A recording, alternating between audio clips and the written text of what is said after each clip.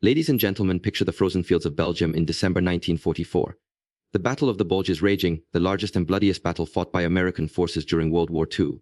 Amid snow, smoke, and shattered trees, the US Army is stretched thin, struggling to hold back Hitler's last desperate offensive. Yet amidst the gunfire and confusion, another kind of war was being waged, not with tanks or rifles, but with deception, disguise, and cunning. This is the story of how German infiltrators, dressed in stolen American uniforms, driving captured American jeeps, and speaking fluent English, nearly threw the Allied front into chaos. And how a simple question about baseball, asked by sharp-minded US military police, helped uncover one of the most daring deception operations in modern warfare. As the German army launched its surprise attack in the Ardennes, Adolf Hitler knew that brute force alone would not be enough. The Allies were too strong, too entrenched. So, he turned to an unorthodox plan called Operation Grief. Led by the ruthless and brilliant SS Commando Otto Skorzeny, this operation would send specially trained German soldiers behind American lines disguised as GEs. Their mission: create confusion, change road signs, misdirect convoys, spread false orders, capture bridges before they could be destroyed. In short, turn the very order of the US Army against itself. To pull this off, Skorzeny recruited English-speaking Germans. Some had lived in America before the war. Others learned English from movies, books, or even captured soldiers. They studied US slang, military habits, and radio codes. They memorized American songs, practiced chewing gum, and even learned how to casually say, "Hey buddy, what's cookin'?" When these infiltrators rolled out in captured jeeps wearing genuine US uniforms, they looked the part. They sounded the part. And for a few chaotic days, they were the part. The effect was immediate and devastating. American convoys were misdirected into ambushes. Bridges that were supposed to be defended fell into German hands. Military communications turned into a maze of mistrust. Commanders began to doubt even their own men. There were stories of US troops turning back friendly units, afraid they might be disguised Germans. Officers demanded to see identification papers, passwords, and even challenge each other with trivia questions about American life. The paranoia ran deep. General Omar Bradley himself was detained for a short time by suspicious soldiers. General Eisenhower, the supreme Allied commander, was placed under heavy guard because of credible threats that the infiltrators planned to kidnap or assassinate him. Roadblocks sprang up across Belgium and northern France. Every soldier was subject to questioning. Every accent, every hesitation, every uncertain answer could mean capture or worse. The battlefield had become not only a fight for territory, but a psychological war, a test of loyalty and identity. And it was here, at these freezing roadside checkpoints, that the US military police began to get clever. They realized that these German imposters could mimic American speech but not American culture. They could copy the uniform but not the spirit behind it. So, the MPs began to ask questions. Questions that only a true American would answer instinctively. Questions that drew not from military manuals, but from baseball diamonds, movie theaters, and high school classrooms. Who won the World Series last year? What's the capital of Illinois? Who plays center field for the Yankees? For a genuine GI, the answers were second nature. For a German officer who had spent his life in Bavaria or Berlin, they were a nightmare. Some stammered, some guessed, others tried to change the subject.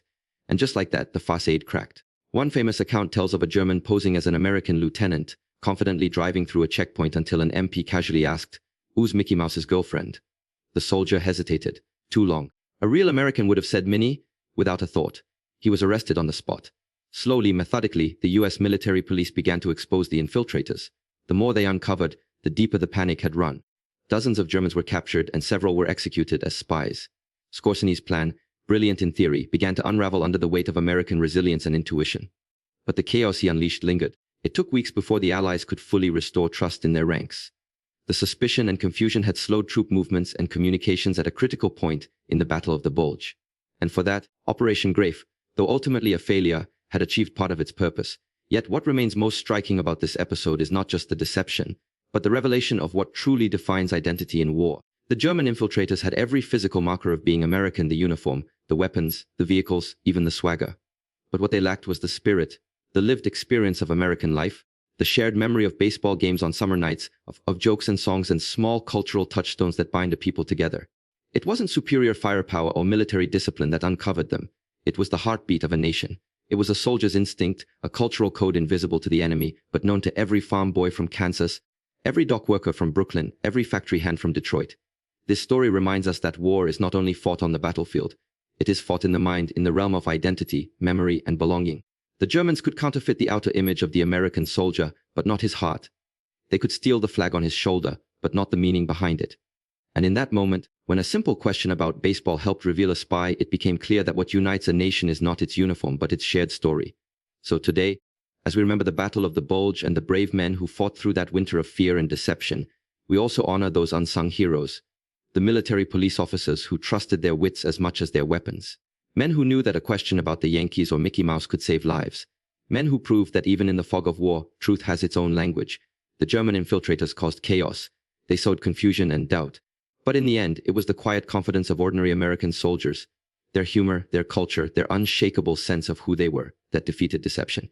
Because sometimes, the sharpest weapon in war is not a rifle or a grenade, it's knowing your own story so well that no enemy can ever pretend to be you. Thank you. In the winter of 1944, when the war in Europe seemed to be reaching its closing chapter, Adolf Hitler unleashed one last desperate gamble, the Ardennes Offensive, better known as the Battle of the Bulge. The Allies had liberated France. Paris had fallen back into friendly hands, and the German army appeared to be retreating on every front. Yet in Hitler's mind, there was still a path to victory, or at least to a negotiated peace that could split the Allies apart. To achieve that, he knew brute force would no longer suffice. The German army was battered, exhausted, and short on fuel and supplies. What it needed was surprise, ingenuity, and deception. From this dire strategic corner was born one of the most audacious and unconventional operations of the entire war. Operation Grief, a plan that weaponized disguised confusion and psychological warfare. Hitler chose for this mission one of his most trusted and daring officers, SS Obersturmbannführer Otto Skorzeny. Skorzeny was already a legend within the ranks of the Third Reich. Earlier in the war, he had led the spectacular rescue of the imprisoned Italian dictator Benito Mussolini from a mountaintop hotel in 1943, a mission that earned him both the admiration of Hitler and the reputation of being Germany's most dangerous commando. If anyone could execute a plan as risky and intricate as Operation Grief, it was Skorzeny. He had a reputation for thinking unconventionally. He saw war not merely as a clash of armies, but as a chess game of deception, psychology, and shock. The concept behind Operation Grief was as simple as it was sinister. Create chaos behind American lines by sending German soldiers dressed in captured US uniforms, driving captured American vehicles and speaking fluent English. Their objectives were not primarily to engage in combat but to sabotage communications, misdirect troop movements, switch road signs, seize key bridges, and spread panic. If executed successfully, the operation could cripple the American response to the Ardennes offensive, buying the German army precious days or even weeks to push forward. For Hitler, this deception was more than a tactical move. It was a psychological strike meant to fracture the Allies' confidence and sow distrust among their ranks. Skorzeny immediately began recruiting men for his new unit, which would be designated the 150th Panzer Brigade. The selection process was not easy. The mission required soldiers who could not only fight but also blend seamlessly into the ranks of the US Army. That meant fluency in English, familiarity with American slang, customs, and behavior. Out of thousands of applicants, only a small number met the basic language requirement. Many had studied English in school, but few could master the nuances of casual conversation or the cultural subtleties of an American GI. The challenge was immense, yet Skorzeny pressed forward. He knew that even a few convincing infiltrators could create disproportionate havoc. The German High Command began scouring the battlefield and supplied depots for captured American uniforms, weapons, and vehicles. They found hundreds of sets of clothing from fallen or captured soldiers.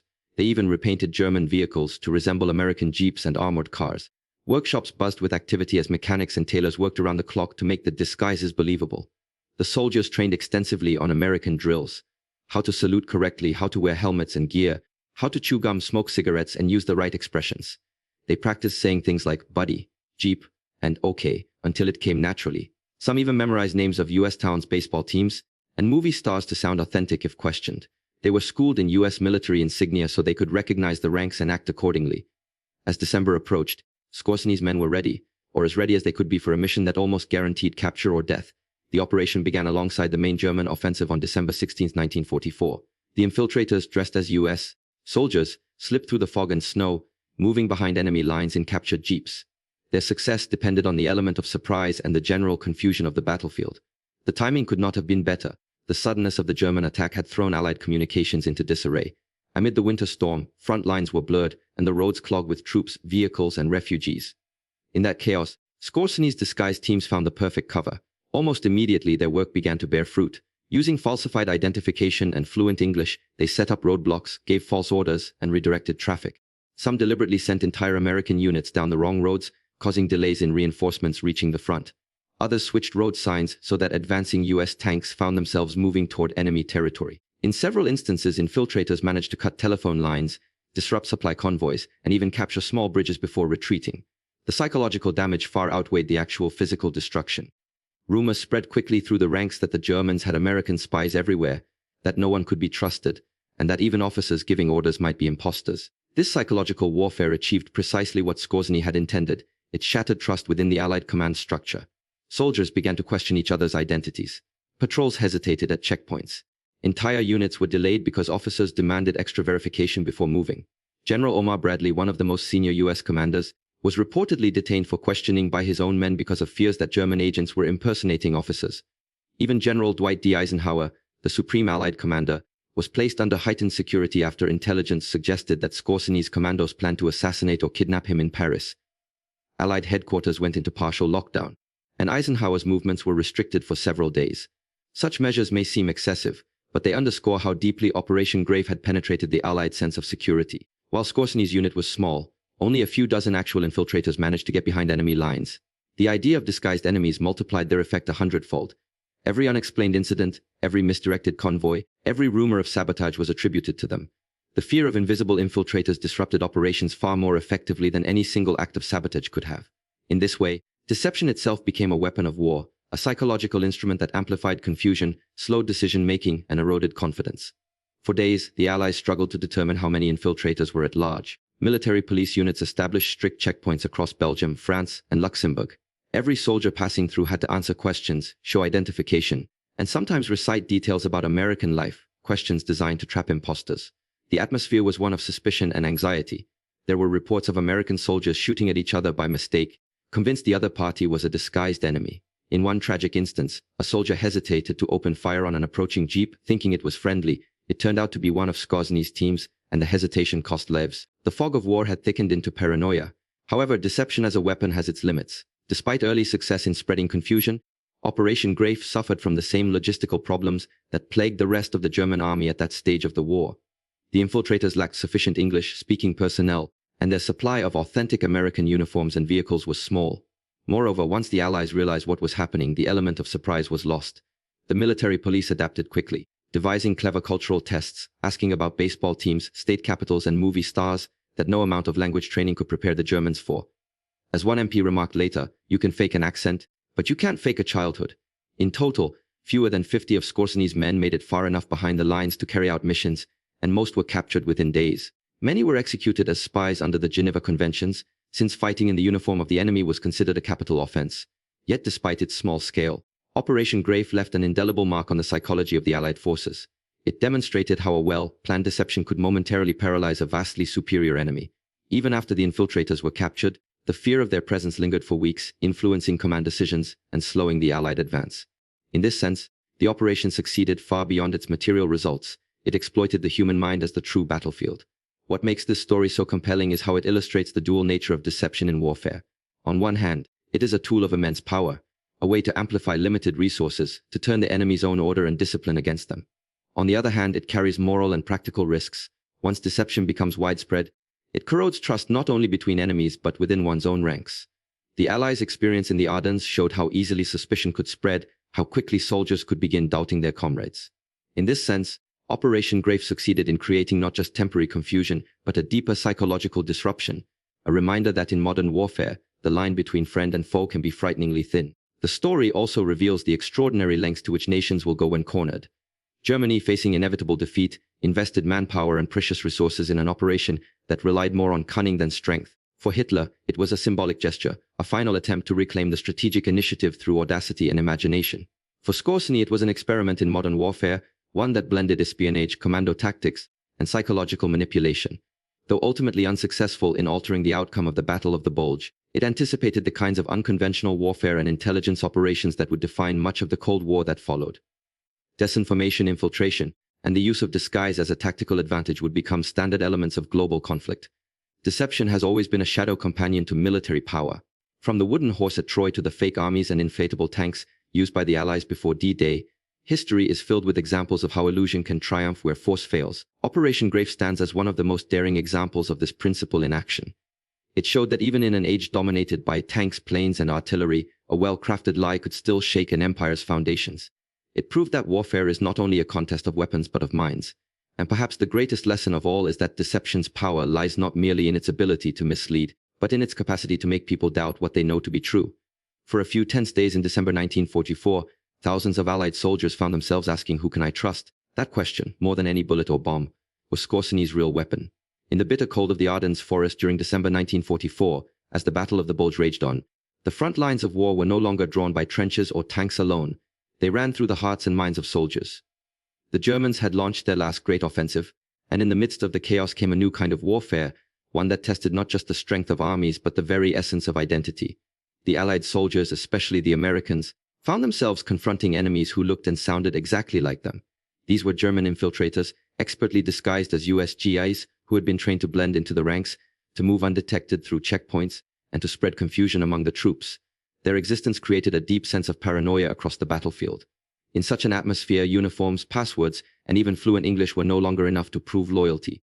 What emerged as the ultimate defense was something less tangible but infinitely more powerful: cultural identity. When the first reports reached American command that Germans dressed in US uniforms were misdirecting convoys and sabotaging supplies, disbelief quickly gave way to alarm.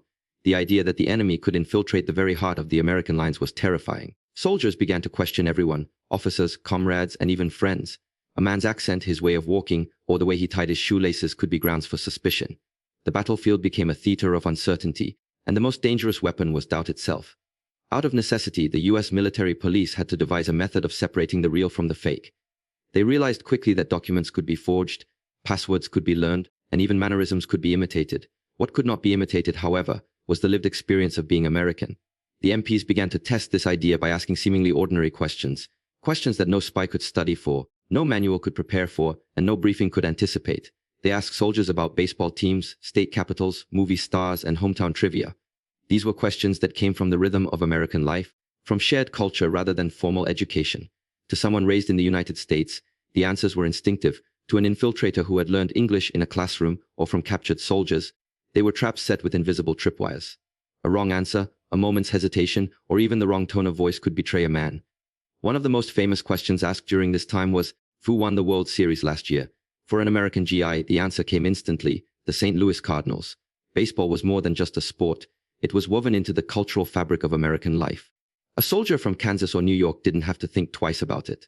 But to a German pretending to be American, the question was a linguistic minefield.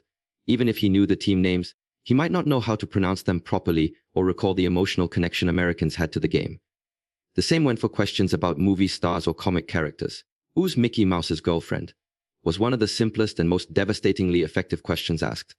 The correct answer, Minnie, was something every American child knew instinctively. But for a German trained in military English, the question made no sense. It came from a world of Saturday morning cartoons and comic strips, not from army handbooks or textbooks. The use of such cultural questions was not merely clever. It revealed something profound about what it means to belong to a nation.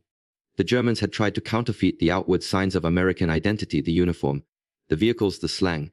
They could imitate the salute, the swagger, and even the casual friendliness of US soldiers. But they could not counterfeit the essence of being American: the shared cultural memory, the everyday references, the small details that form the invisible thread of a nation's life. These were not facts that could be memorized. They were habits of the heart, accumulated through years of living within a particular society. They came from childhood memories, from games played in the backyard, from radio broadcasts and Sunday newspapers, from conversations over dinner tables. That was what the German infiltrators could never truly reproduce. As the days of the Battle of the Bulge wore on, the effectiveness of these cultural tests became evident. American MPs began stopping every vehicle, interrogating drivers and passengers with casual but probing questions. The method was simple, but it worked with astonishing reliability. At one checkpoint, a suspicious officer asked a man claiming to be an American sergeant, "What's the capital of Illinois?" The answer came hesitantly: "Chicago." Instantly, the man was arrested. Any true American would have said Springfield, without hesitation. At another checkpoint, an MP asked, "Who plays center field for the Yankees?" The suspect stumbled, trying to recall a name he'd memorized, and that hesitation was enough. One German infiltrator, caught off guard by the question about Mickey Mouse's girlfriend, could only stare blankly before muttering something about not watching cartoons. His cover was blown. These moments were more than clever interrogations.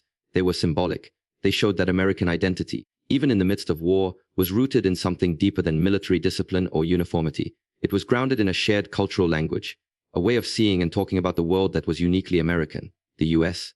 Soldiers were bound together not just by their flag or orders, but by the things they collectively knew and loved: baseball, Hollywood, comic books, jazz, small-town life, and a certain easy humor that no training camp could teach. Culture became a line of defense as strong as any trench or machine gun. The psychological impact of this realization was immense. It reassured the soldiers that despite the chaos, there was still a way to distinguish the real from the counterfeit. It restored a measure of confidence and control to a situation where both had been slipping away. For the MPs, each successful identification of an infiltrator was not just a tactical victory, it was a moral one. It reaffirmed that the enemy could mimic appearances but not authenticity. The Germans could copy the outer shell of American life, but not the soul within it. What made this strategy even more remarkable was how spontaneous it was. There had been no prior doctrine or training manual for dealing with infiltrators disguised as friendly troops. The MPs, operating under extreme pressure and confusion, had to improvise. They understood instinctively that culture was more reliable than paperwork. In a sense, they turned everyday American life into a secret code, one that only genuine Americans could decode naturally. This innovation reflected the adaptability and resourcefulness that defined U.S. forces throughout the war. Where others relied on rigid procedure, Americans often relied on creativity and intuition, traits born out of a society that valued individuality and quick thinking. The deeper significance of this episode lies in what it reveals about the relationship between culture and identity. In times of peace, culture is often taken for granted. It's the background noise of daily life, the unspoken assumptions everyone shares. But in times of crisis, culture becomes the glue that holds people together. It becomes a measure of belonging. The Battle of the Bulge, with its cold and confusion, turned culture into a weapon of recognition. The ability to name a baseball team or recall a cartoon character became a test of national authenticity, a password into the shared consciousness of America itself. This episode also highlights a striking contrast between the two sides of the war. The Germans, for all their efficiency and discipline, treated identity as something that could be engineered. They believed that appearance, language, and behavior could be copied with enough training. The Americans, by contrast, demonstrated that identity is not a surface construct, but a deeply rooted system of meaning. It is lived rather than learned. This difference reflected the broader ideological divide between the two nations. Nazi Germany emphasized uniformity, control, and imitation of an ideal. America emphasized diversity, spontaneity, and authenticity. In that sense, the MP's use of cultural trivia to expose spies was not just a practical tactic. It was a statement about what America represented. The soldiers who manned those checkpoints in the snow did more than protect supply lines. They defended the intangible essence of their nation. Every time an infiltrator stumbled over a baseball question or failed to name Mickey Mouse's girlfriend, it was a small triumph for authenticity over imitation. It was proof that what made Americans distinct could not be stolen, copied, or faked. Their culture, casual, playful, diverse, and deeply internalized, was an armor stronger than steel. As the Battle of the Bulge continued and the tide turned against the Germans, the infiltration threat gradually diminished. Most of Skorsenny's men were captured or killed, and Operation Grave faded into legend. But the legacy of those tense days remained. Military planners would later study the episode as an example of psychological warfare and counterintelligence. They would note how, in a world where appearances could deceive, the truest form of verification came not from paperwork but from personality. The baseball questions, the movie trivia, the small talk about home, these became symbols of a nation's inner unity. What happened on those icy roads in 1944 still resonates because it reminds us that identity is more than uniform or speech. It is the collective memory of a people. In the end, it was not superior technology or firepower that exposed the infiltrators. It was a shared understanding of who Americans were and what they valued. That sense of cultural belonging turned into a living defense mechanism. It transformed ordinary knowledge of sports, geography, and entertainment into a weapon of truth. The story of the MPs and their questions is therefore not just a tale of wartime cleverness. It's a profound commentary on human society. It shows that while enemies can copy the outer forms of culture, they cannot replicate the emotional depth and authenticity that come from living it. For the Americans, that authenticity was their greatest safeguard. It meant that even in a war of shadows and disguises, where trust was fragile and deception rampant, there remained a core of identity that no enemy could penetrate. War has often been described as a clash of strength, armies pitted against one another in contests of firepower, courage, and endurance. But in December 1944, amid the bitter cold and fog of the Ardennes forest, the United States Army discovered that war could also be a contest of wit.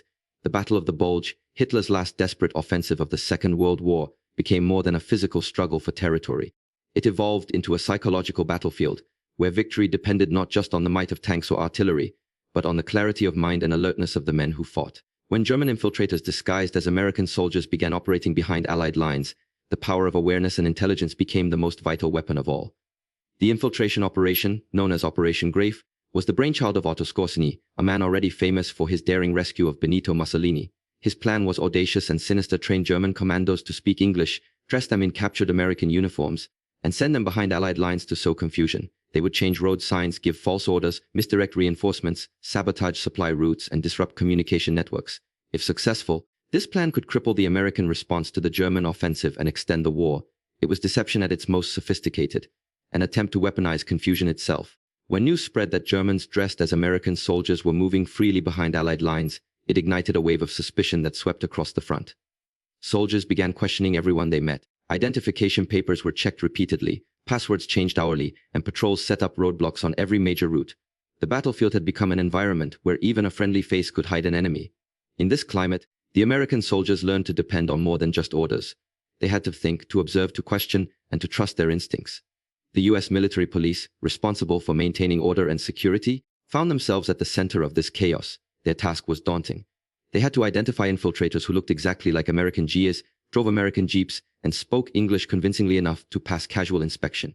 These imposters carried authentic-looking papers and insignia, leaving the MPs with no reliable method of detection. Yet the soldiers on those snowy roads did not panic. They adapted. They began to rely on something far more subtle and human than any document: awareness. Awareness, in its true sense, is not merely seeing what lies before the eyes, it is perceiving what lies beneath the surface. The MPs began to look for the small things. The hesitation before a response, the unnatural confidence in a stranger's tone, the slight mispronunciation of a common word, or the improper way of saluting.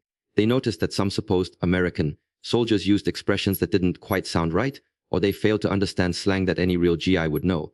These were tiny details, invisible to anyone not paying attention, but to those who were alert, they became telltale signs of deceit. But awareness alone was not enough. The Americans needed a way to test these suspicions quickly and decisively. That is where wit, the weapon of the mind, came into play. The MPs began asking spontaneous questions that drew from everyday American knowledge, from popular culture and sports to local geography and politics. These questions had nothing to do with military procedure. Instead, they tapped into the shared experiences that no German could easily fake. Who won the World Series last year? What's the capital of Illinois? Who plays center field for the Yankees? These might seem trivial, but in the confusion of war, they became as effective as a loaded rifle. A true American could answer without a second thought. A German, however fluent in English, would falter. This use of quick thinking and cultural awareness reflected something profound about the American soldier. Unlike the rigidly trained and hierarchical armies of Europe, the US Army prized adaptability. Its soldiers came from diverse backgrounds: farmers, factory workers, students, mechanics, and teachers, each bringing a unique perspective and a capacity for independent thought. They were used to solving problems on their feet, thinking for themselves, and questioning when things didn't seem right. This flexibility became a defining strength. The Americans were not fighting from rote memory, they were reasoning, observing, and adjusting. It was this spirit of self-reliant intelligence that made them nearly impossible to deceive for long. The famous example of an MP asking, "Who's Mickey Mouse's girlfriend?" illustrates this perfectly. The question was playful, almost absurd in a military setting, but it was brilliant in its simplicity. Every American child knew the answer: Minnie Mouse. To a German spy, however, it was an enigma. There was no way to anticipate such a question, no way to study for it. It was an expression of culture, of familiarity with the small, seemingly insignificant details that bind a people together. The soldier who thought to ask it displayed a kind of battlefield creativity that no amount of training manuals could produce. His quick thinking, born of instinct and experience, became as decisive as any weapon. The power of awareness and wit also extended beyond the checkpoints. It influenced how soldiers responded to confusion and misinformation. German infiltrators had tried to redirect convoys by changing road signs, leading some units toward enemy territory. But American troops soon learned to question every order that seemed inconsistent. Drivers began verifying destinations. Patrol leaders double-checked maps and coordinates. Instead of blindly following directions, soldiers used logic and observation to assess whether something made sense. Awareness became their shield against manipulation. The ability to think critically, to ask, "Does this order fit what I know?" saved countless lives. It is striking to note how this emphasis on intelligence and individual awareness contrasted with the German approach. The German army, built on obedience and hierarchy, relied heavily on precision and order. Its soldiers were trained to follow commands without hesitation, to trust authority implicitly. Skorsen's plan exploited that predictability by assuming his infiltrators could use the same authority-driven system against the Americans. But the US Army's culture of questioning and initiative turned that assumption upside down. American soldiers, encouraged to act on their own judgment, were harder to deceive because they were not conditioned to accept things unthinkingly. This difference in mindset, obedience versus curiosity, played a decisive role in undermining the German plan. The MPs, meanwhile, became masters of psychological warfare themselves. They turned the Germans' own tactics against them. By spreading rumors that they were aware of the infiltrators, and that any suspect could face immediate execution, they made the disguised Germans more nervous, increasing the chances of mistakes. At checkpoints, MPs observed body language as much as answers.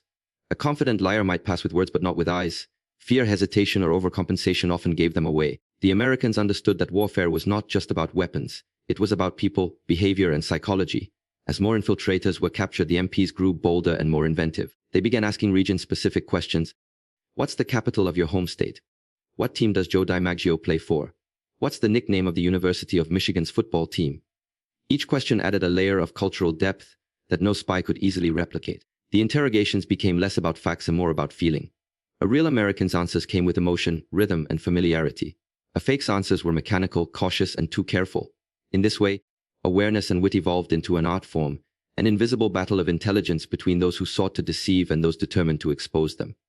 But awareness was not only reactive, it was also preventive. The discovery of infiltrators taught American soldiers the value of vigilance in all things. They learned to notice inconsistencies, to cross-check details, and to communicate clearly under stress.